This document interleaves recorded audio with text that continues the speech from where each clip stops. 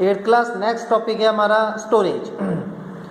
हमने फार्मिंग में बहुत सारे काम करे, अब हार्वेस्टिंग भी कर ली। अब हमारा जो ग्रेन है उसको सेफ रखना है। उस पार्ट्स को, जो लास्ट पार्ट है, उसे बोला जाता है storage. Storage of producing an important task, ये काफ़ी इंपॉर्टेंट टास्क है।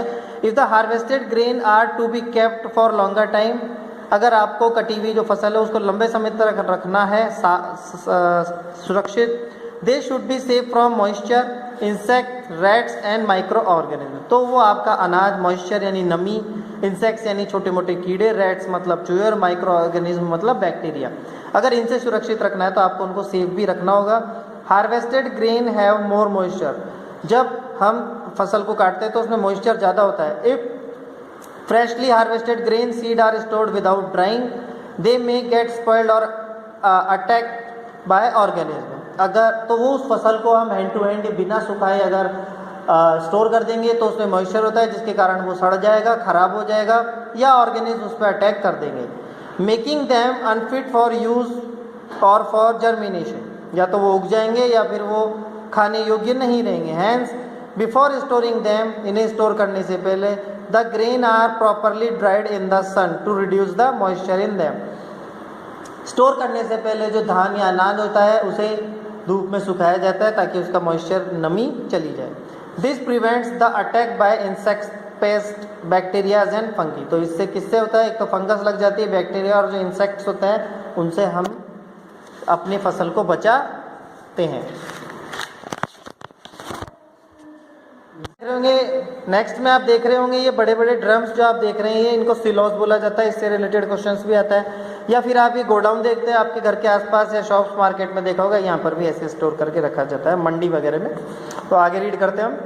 Farmer stored grain in the jute bag और मेटेलिक बिन्स, या तो वो किसी मेटल के डब्बे में या फिर जूट बैग में, बोरी में इकट्ठा करते हैं। Large scale storage of grain is done in silos and granaries to protect them from pests, pests like rats and insect. तो ये आपको बताना चाहता है कि भाई जब धान या अनाज बहुत सारा होता है तो उसको सिलोस यानी इनमें सुरक्षित रखा जाता है, और वो इतना ज़्यादा नहीं होता, कम होता है तो उनको ऐसे बोरों में भर के सुरक्षित रखा जाता है, और ताकि वो रैट्स और इंसेक्ट से बचे रहते हैं। Dried neem leave are use for storing food grain at home.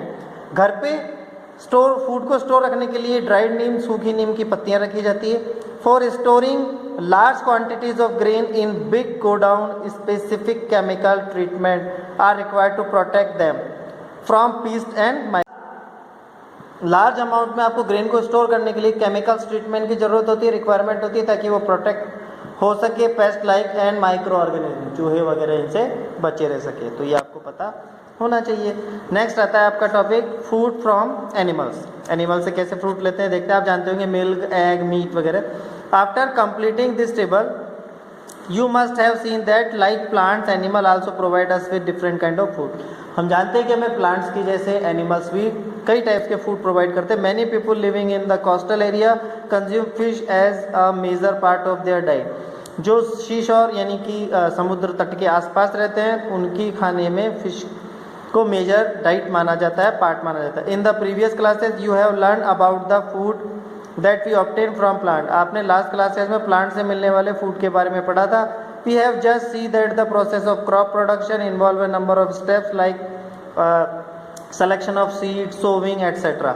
तो उसमें आपने नोट किया था कि क्रॉप प्रोडक्शन के लिए आपको एक स्टेप्स की जरूरत होती है, जैसे पहले आपको सीड को सेलेक्ट करना होगा, बीज बोना होगा, etcetera. Similarly animal rear at home और इन फार्म, इसी प्रकार से एनिमल्स को भी पाला जाता है, चाहे वो घर हो, चाहे वो खेत हो, फार्म्स हो। Have to be provided with proper food, ताकि और उनको प्रॉपर खाना भी दिया जाता है, शेल्टर, छत भी दी जाती है, एंड केयर, और उनकी केयर भी की जाती है। When this is done on a large scale, it is called animal husbandry। मतलब बहुत सारे पशुओं को एक जगह पे रख करके मेन बिजनेस पर्पज से या फूड पर्पज से पाला जाता है, उसे एनिमल हस्बेंड्री बोला जाता है।